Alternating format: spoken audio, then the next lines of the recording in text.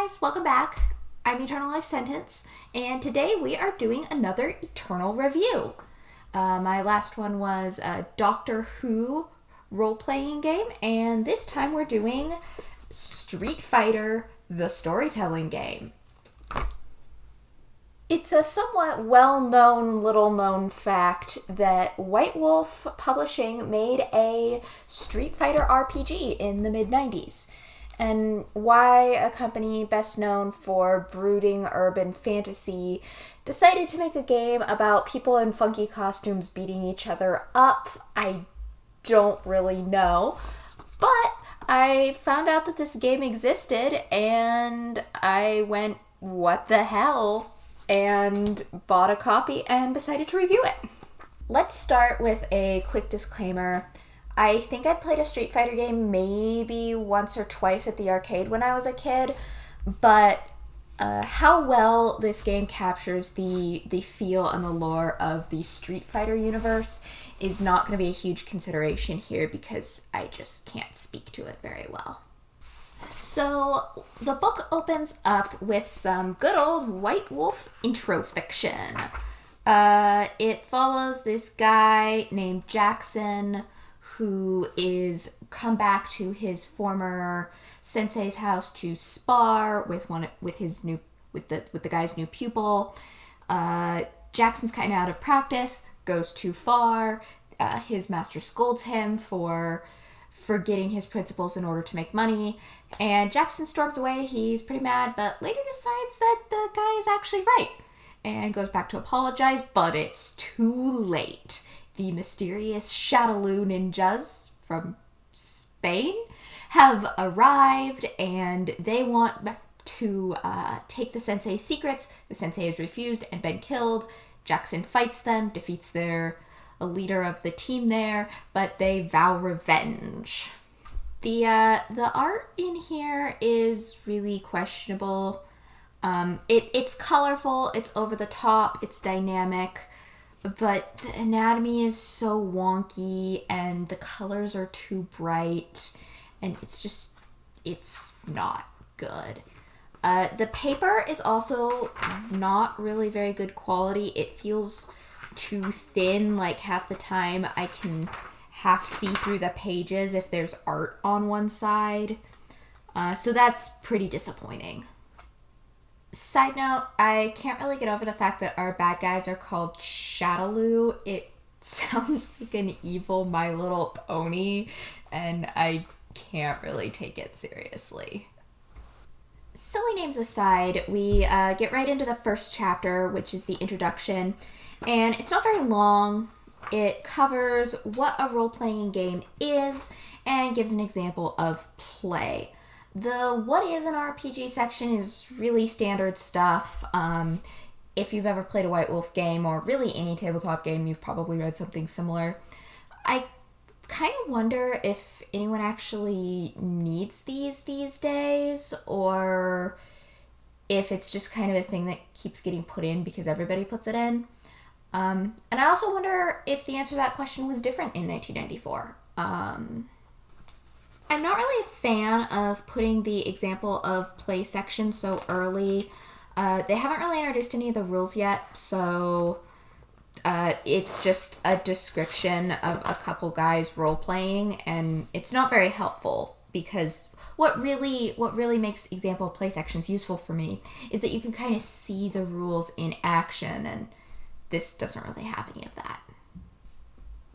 Chapter 2 is the setting chapter.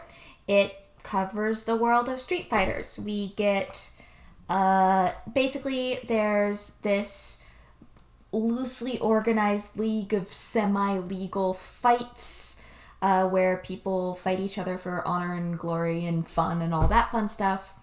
There's 16 champions known as the World Warriors. They hail from all over the world and use a variety of different fighting styles.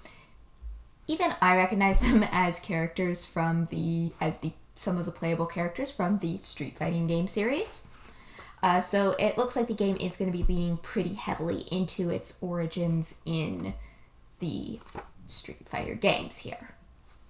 The chapter also talks briefly about why Street Fighters fight and the honor and glory codes that keep them together. Talks about the structure of a team and the chi that grants them the mystical powers.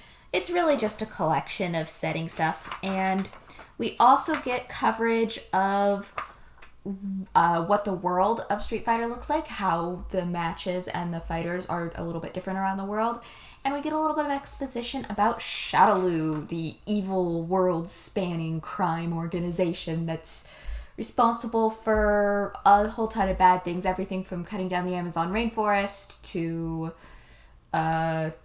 drugs in the inner city. Basically, if it was a thing that people were concerned about in the mid-90s, Shadaloo is probably behind it. I'm not going to really make a secret of the fact that I'm not typically a fan of soft setting RPGs, or what I refer to as soft setting RPGs. I feel like either you need to go whole hog with a setting and fully flesh it out, or you need to be as generic as possible within the genre you're trying to emulate. I don't like games that kind of try and have lore, but also kind of not. But surprisingly, it works here. I can think of some plots and some ideas for things that go on.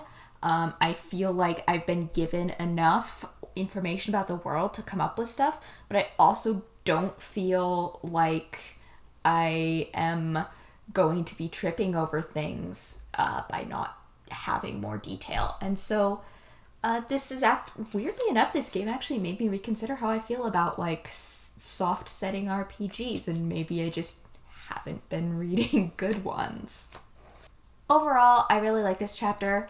It's pretty concise. It doesn't feel bogged down. It gives you some information about the setting without being super duper overwhelming. Chapter 3 is dedicated to explaining the rules. This will be super familiar to you if you've ever played a storyteller game before. You can perform one action per turn. A lot of these are automatic, stuff like walking across the street, but for everything that you stand a reasonable chance of failing at, like fighting, you have to roll the dice. Your characters have attributes, which are traits that describe their innate things about who they are, like their intelligence or their strength. And they also have abilities, something that D&D players would know of as skills. And those are going to be things that more describe their actual capabilities, like their knowledge of medicine or their ability to drive a car. And in order to do something, you roll a number of 10-sided dice equal to your rating in the relevant attribute and in the relevant ability. For each die that meets or exceeds a target number, you get a success. The more successes you get, the better you do, but ones will subtract a success. And if you roll more ones than successes, you botch and something bad, specifically bad, happens. Although exactly how bad is up to the storyteller, which is Street Fighter, the storytelling game's word for a game master. There are the usual expected complications. What if somebody tries to stop you? What if somebody wants to help you with your action, etc., etc., etc. But I'm not going to elaborate on that super far here. Either you like dice pool systems or you don't, and I don't think anything about this game is going to change your mind one way or the other. Chapter 4 is a character creation guide. It's probably better described as the theory of creating a character. They explain the process. They explain the process twice, actually. But none of the actual stats are going to come in until later. It makes sense to me, but I've played enough storyteller games. It's going to take a really bad explanation to confuse me, so I might not be the best authority on that. One thing of note is that there is a renown system here, which that will be a familiar idea to people who play Werewolf the Apocalypse. It looks a little different here, but the idea is that your character's actions will gain them ranks in honor, which measures their personal integrity, and also in glory, their fighting prowess and success. And I always like that system in Werewolf, and it makes a lot of sense here because you're a performer. and your glory is like your success. How good are you? Whereas your honor is, to put it in wrestling terms, your honor is a measure of how much of a face you are, and whether you are regarded as a heroic fighter or one that's a little more down and dirty. Rounding out the chapter is a discussion of some intangibles, stuff like preludes, the mini session that they suggest doing with each individual character to kind of flesh them out a little bit before throwing them into the game with everybody else. They talk about things like background. Why is your character a street fighter? How did they meet their team, and why do they adventure together? This kind of section is hardly unique to this game, but I always like to see it included because it's a very important thing in getting a character that actually works in a game, and it's nice to have something there to get the idea pumps flowing for players, to remind them that this is a thing that needs to happen, and to give some game-specific suggestions for ways to make it happen. Chapter 5, Traits and Systems, gives you the meat of character creation. Again, if you've ever played a storyteller game before, this will be pretty familiar. You've got 9 attributes split into 3 groups. They are physical, mental, and social. You prioritize them, first, second, and third priority, and you get more points to spend on your first priority, fewer on your lowest priority, and a middling amount for the one that is middle priority, and you can distribute those to make up the exact build of your fighter. Similarly, abilities, which D&D players might know as skills, as I said before, they're divided into 3 categories. Talents tend to be like innate things like street smarts. Skills are learned traits such as driving or being able to fix technology. And knowledges are things that are based on book learning, like medical knowledge or the lore of various martial arts styles. Attributes and abilities are paired for roles, but there's not a specific pairing for each. The storyteller is supposed to pick which go with which as appropriate to the specific thing that you are rolling. We get the mechanical explanation of renown next, along with a explanation of backgrounds, which are things that are like mechanical advantages but don't precisely fit in your skills. Things like having a manager for your team or a steady income stream of some kind. 2 things did annoy me here. First off, one of the backgrounds is called Animal Companion, which is, well, what it sounds like. It's an animal that can follow your character around and even kind of aid them in combat. But there's not actually any rules given for an animal companion. Apparently, like, stats and rules for animals will show up in future books, but for now, the storyteller is just supposed to make something up. And I don't like this. They should have either included the rules for animals or left it out. It just makes the book look sloppy and unfinished. And, like, why would you include something in your character creation that players can't use without buying more books? It doesn't make sense to me. The other thing is that for most Street Fighters, your physical attributes are going to be so much more important than your other attributes that it's an obvious first choice for your highest priority. And I hate it when games make one stat choice so obviously the best for most builds like this. It just, especially when it was so, like, I am not a mechanics guru and I could pick this out, and I really feel like they should have done something to balance this a little bit. On the bright side, this game does include some things that will not be familiar to fans of other storyteller games, and that is combat techniques.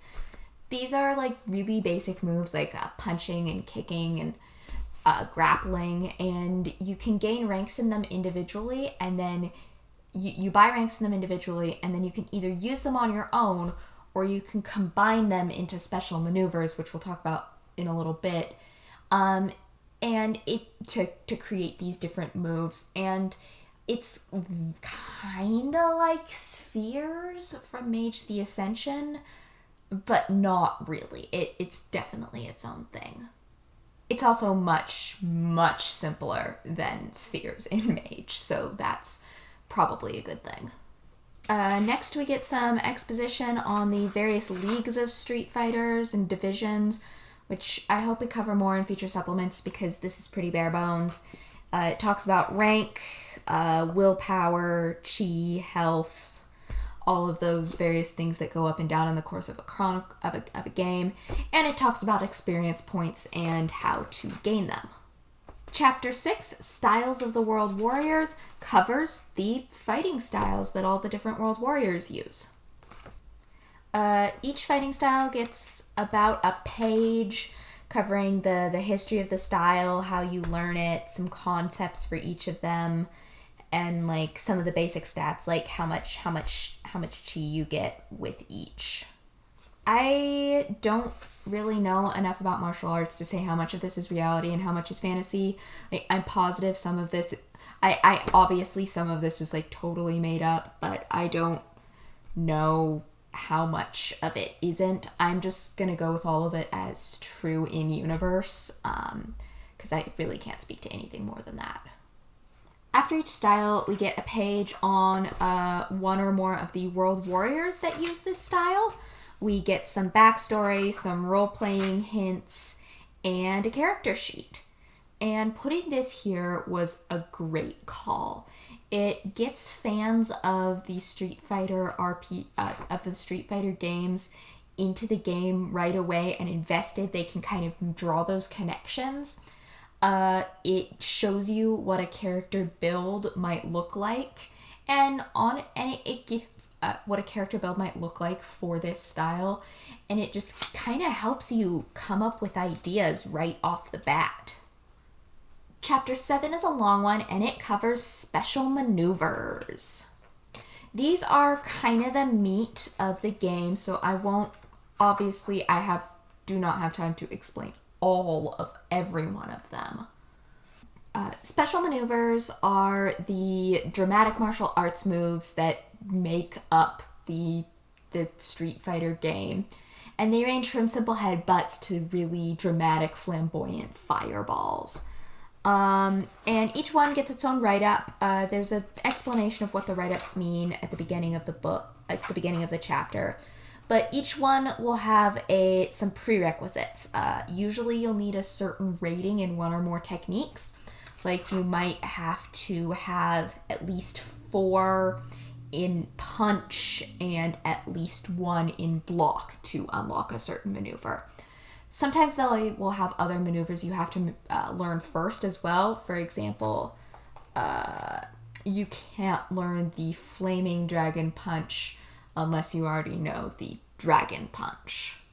Each move costs a certain number of power points, and these actually vary for different styles. For example, the Power Uppercut can be learned by any character who practices any martial arts style for 1 power point, whereas the Handstand Kick costs 1 power point for practitioners of wushu or special forces martial arts training, but any other character will have to pay 2.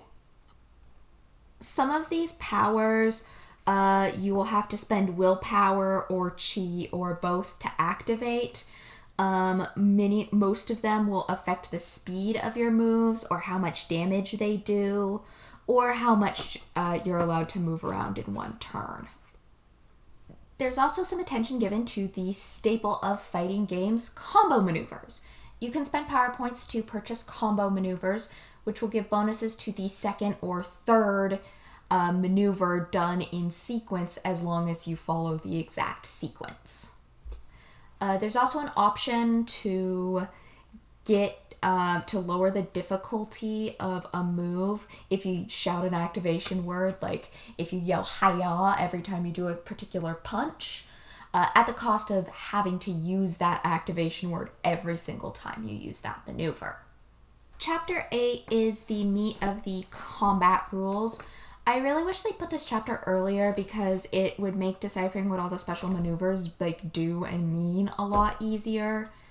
The game does differentiate between like a Street Fighter combat match and an actual fight to the death. There's no mechanical difference, but in a Street Fighter tournament, there's expectations of things like not using weapons and not kicking opponents while they're down and things like that.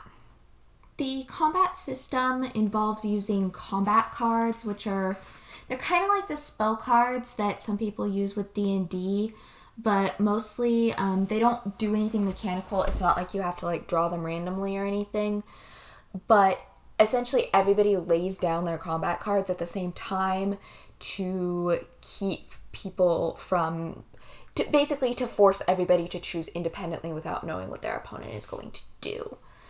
They also will have some things written on them, things like what the cost is and how it affects your speed and damage to help you keep track more easily and keep you from having to memorize what all your maneuvers do.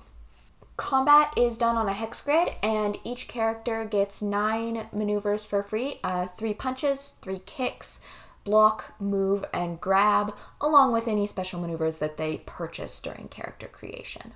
Alright, so next we get a detailed explanation of a combat round. It's kind of complicated. First, each player picks a card with the maneuver that they want to perform during that round. As I said, it's not random. It's just to keep track and force everybody to declare at the same time. Everybody plays their cards to declare their maneuvers, and then the lowest speed maneuver goes first. However, and they start with the move portion of their action. However, at any point during that move, a player with higher speed this round can interrupt their action with an action of their own. And if that happens, the interrupting character can take their entire turn before the first player resumes. And it's possible for this to layer and stack on with everybody interrupting until like multiple times. We're in this like weird network until the original slowest player has finished their move, and then the next slowest player who hasn't taken their turn yet goes, and then anyone who still hasn't acted and is faster than this new person can interrupt on and on and on and on. Obviously, this makes combat a super complex endeavor, and anybody playing a Street Fighter RPG is probably there for the combat, but it's still not really a very elegant system. And there's still more complexities to go. If you lose more health in one turn than your stamina rating, you're dizzied and you lose your next turn. And if you botch on any roll during the turn, your next action is slower, which will affect where you go in the order. There's another example play section here, and it's a lot more helpful than the first one, but it also confirms what I have been suspecting, which is that this system actually works pretty well for one-on-one fighting, but if you're going to ever try and run a combat with more than 2 characters, it turns into this complex mess of interrupts and everybody trying to remember when they can finish their turn next, and it's kind of a mess.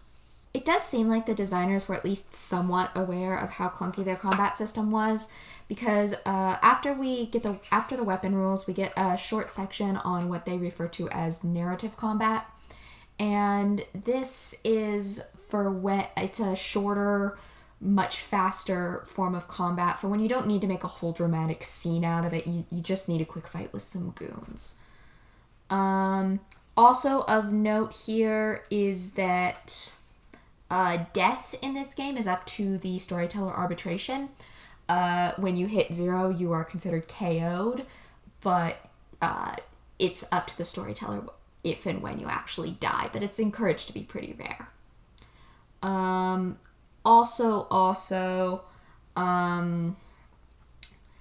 It lacks a lot, the system lacks a lot of the characteristic White Wolf game cumulative wound penalties as you get more injured, which fits with the more action-y tone that they're going for, but you have no... you don't sustain the effect, apart from being dizzy, you don't sustain any effects from damage until you hit KO. Chapter 9 is the last true chapter of the book, and it covers storytelling, which is White Wolf Games' typical term for game mastering. It's really basic stuff, nothing you won't find in other games, but it's all pretty solid advice. For example, make sure the players have fun is like the first thing they say, which weirdly enough just needs to be said to a shocking number of GMs I've played with. It also includes a whole long list of ideas for games, with like themes you can bring out and plot hooks. I said this in my Doctor Who review, but I love it when game books include stuff like that. It doesn't handhold you through a story that may or may not work for your beginner players or for your group, and probably won't be able to show off everything the game can do, but it also helps novice game masters just come up with things to do with their players, especially initially. The book also has 2 appendices. The first is a brief intro adventure called High Stakes, in which a group of player characters participates in a tournament in Vegas. It discovers that some of the fighters are kinda shady. It's alright as intro adventures go, but nothing really special. There is one point in which if meeting on major NPCs kind of dependent on player actions, specifically the PCs have to go to one of several prescribed locations to meet a certain other character, and you miss half the adventure if you don't. It should be, with the setup, it should be pretty easy to get the player characters to one of those locations, and I think a storyteller that's thinking ahead, even if they could think of ways to have them meet this NPC, even if they don't, but it's still a bit of an oversight and very dependent on making sure the PCs actually go there and do that. I also wish that they'd given us a little bit more info on the hotel heist section of the adventure. I think as a storyteller, as a beginning storyteller, I would appreciate a little more hand-holding than what they actually give me in the adventure itself. On the brighter side, I do like this adventure as it's a really good setup with multiple ways to draw the PCs into future adventures depending on what you're planning to do with them next. And I like that they've talked about how to keep things interesting when stuff needs to happen that the PCs aren't part of. For example, the headline fight in this tournament is not the player character's fight, and so they offer suggestions for how to retain player interest during those scenes. And I think they come up with some really good ideas. Rounding out this appendix is stats for the NPCs that were introduced. We have 3 named characters, and we have a generic set of stats for some goons to throw at players. We also get another world warrior, Balrog, and his fighting style, boxing. Why this wasn't in the main book with all the rest of the world warriors, I have no idea. I'm wondering if maybe this adventure was originally intended to be published separately, and it was added into this book at the last minute. Or maybe they wrote this adventure like after the rest of the core book was already laid out and realized that we needed Balrog and the boxing info if we were going to actually use him in this adventure. But I just don't know why they didn't go back and put it all in with the rest of the main book. Anyway, the second appendix is a lot shorter, and it's just a bunch of stats for generic characters. Street toughs, police, ninjas, soldiers, secret agents, all that sort of stuff. Again, as backup for your characters or generic NPCs to just throw at them for their fights. We also have a set of other Street Fighters for original NPCs that can be thrown in as allies for your player characters if your group is small, or thrown at them as tournament enemies. It's another team of Street Fighters. They don't really mention this in the book, but I also think they could work as pre-generated characters if you just want to be able to hand something to your players and say, here, you can play this. None of them are super compelling, but there's nothing wrong with them either. Of the four, I think Denzel Kincaid, the Brazilian dancer turned fighter who's seeking information on and revenge on the death of his father, is probably the most interesting. Finally, the book includes some hex grids. Two of them are specific to scenes from the high stakes adventure, and then one is blank that you can photocopy and draw your own arenas or stages on. We get some combat cards to photocopy and then fill in with the details of your character's maneuvers. We get a character sheet, two character sheets actually, one for a lightweight NPC in the style of the cops or the secret agents, and then another full one like you would use for a world warrior or a player character. And finally, we get some punchable little paper minis that you can use to set up on the hex grids. I think my book is actually missing a couple of them because I only have one page and it's pretty clear that there's supposed to be more than one of them. Overall, Street Fighter the storytelling game has a surprising number of things going for it. The setting is colorful and exciting for how bare bones it is, and I can already think of some adventures I might like to run in it. It's got the globe-spanning feel and the like over-the-top vibe of a good silly action flick. The fact that different martial arts styles actually play differently, I'm sure has been covered in a lot of other games, but not many of the ones I've played, and I really like that. And it's really something you need in a tabletop RPG based on a fighting game. I like the inclusion of narrative combat for when you just want the players to be able to bash some heads without playing out everything in detail. And also the core book includes everything you need to start running the game, including game mastering advice, the rules, and a starting adventure, and even some resources like statted NPCs and minis and a hex grid. It's really got everything. However, this is all held back by some really poor production values, both in terms of the quality of the art and visual design in paper, and also the information is just presented in an order that makes it a lot harder to understand than it needs to be. Worse still, the game has an incredibly clunky combat system that turns any fight with more than two characters into this confusing mess of interrupted turns. This isn't as damaging as it could be because in a tabletop RPG based on a fighting game, combat should be the main event, but it's distracting enough that I don't think anyone's going to really enjoy it.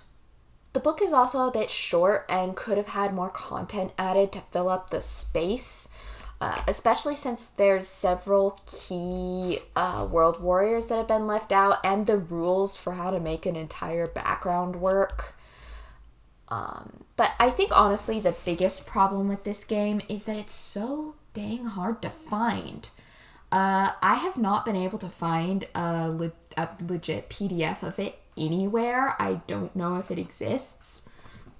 Actually, if anybody knows where to legally buy a PDF of this game, please let me know in the comments and I will link to it. And the book regularly goes for 2 to 4 times the cover price on eBay, so it's not really something that, like, I think it might be worth picking up just to see if you would enjoy it, except it's price prohibitive for that, and so it's really kind of sad.